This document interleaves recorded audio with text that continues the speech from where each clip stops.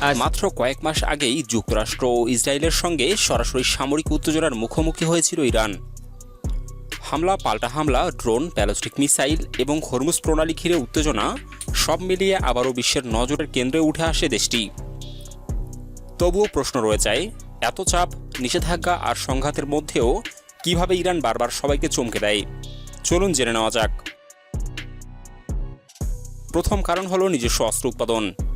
বহু বছর ধরে কঠোর আন্তর্জাতিক নিষেধাজ্ঞার কারণে আধুনিক পশ্চিমা অস্ত্র কেনা ইরানের জন্য প্রায় অসম্ভব হয়ে পড়ে। কিন্তু সেটাকেই দুর্বলতা না বানিয়ে তারা সুযোগে পরিণত করে। আজ ইরান নিজেই বিভিন্ন ধরনের drone, ballistic missile, cruise missile, radar এবং আকাশ প্রতিরক্ষা ব্যবস্থা তৈরি করতে সক্ষম। বিদেশি প্রযুক্তির উপর নির্ভরতা কমিয়ে তারা নিজেদের প্রতিরক্ষা শিল্পকে এমন পর্যায়ে নিয়ে গেছে যা অনেক দেশের জন্যই বিস্ময়ের বিষয়। দ্বিতীয় কারণ হলো ড্রোন যুদ্ধের দক্ষতা। গত কয়েক বছরে ইরান ড্রোন প্রযুক্তিতে ব্যাপক উন্নতি করেছে। স্বল্প খরচে দীর্ঘপাল্লার আক্রমণ চালাতে সক্ষম এসব ড্রোন আধুনিক যুদ্ধের চিত্রই বদলে দিয়েছে।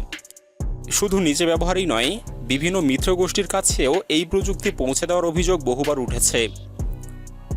ফলে তুলনামূলক কম খরচেও বড় সামরিক চাপ তৈরি করার সক্ষমতা অর্জন করেছে দেশটি। তৃতীয় কারণ হলো বিশাল ক্ষেপণাস্ত্র ভাণ্ডার।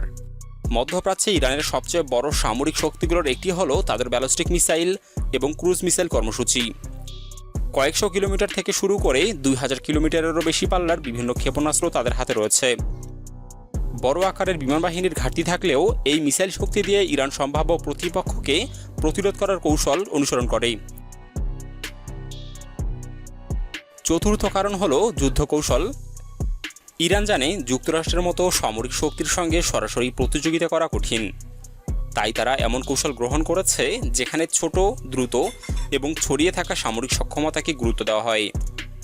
ড্রোন, ক্ষেপণাস্ত্র, দ্রুতগামী নৌযান এবং বিকেন্দ্রীভূত সামরিক কাঠামো ব্যবহার করে প্রতিপক্ষের উপর চাপ সৃষ্টি করাই তাদের অন্যতম লক্ষ্য।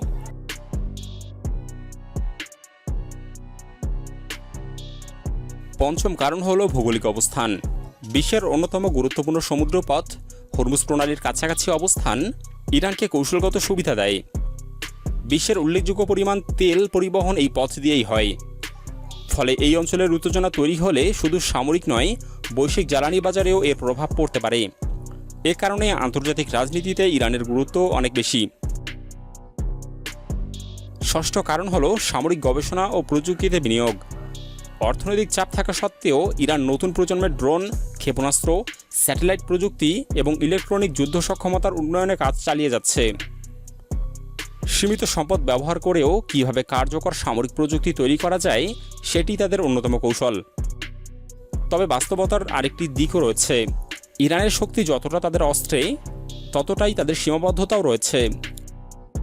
দেশটির বিমান বাহিনীর অনেক যুদ্ধবিমান পুরনো, অর্থনীতি দীর্ঘদিন ধরে নিষেধাজ্ঞার চাপে রয়েছে এবং আধুনিক প্রযুক্তির সংগ্রহ করাও সহজ নয়। তাই ইরানকে বিশ্বের সবচেয়ে শক্তিশালী সামরিক শক্তি বলাও যাবে না।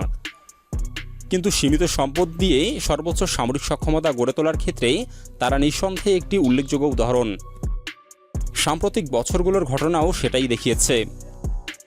সরাসরি সামরিক উত্তেজনা, ড্রোন ও ক্ষেপণাস্ত্রের ব্যবহার এবং দ্রুত প্রতিক্রিয়া সহ সব মিলিয়ে ইরান আবারও প্রমাণ করেছে মধ্যপ্রাচ্যের নিরাপত্তা নিয়ে আলোচনা হলে তাদের উপেক্ষা করার সুযোগ নেই। তাদের প্রতিটি সামরিক পদক্ষেপ এখন শুধু প্রতিবেশী দেশ নয়, বিশ্বের বড় বড় শক্তিও নিবিড়ভাবে পর্যবেক্ষণ করে। প্রিয় দর্শক, আপনার কি মনে হয়, ইরানের আসল শক্তি কি তাদের ক্ষেপণাস্ত্র ও ড্রোন, নাকি তাদের দীর্ঘমেয়াদী সামরিক কৌশল?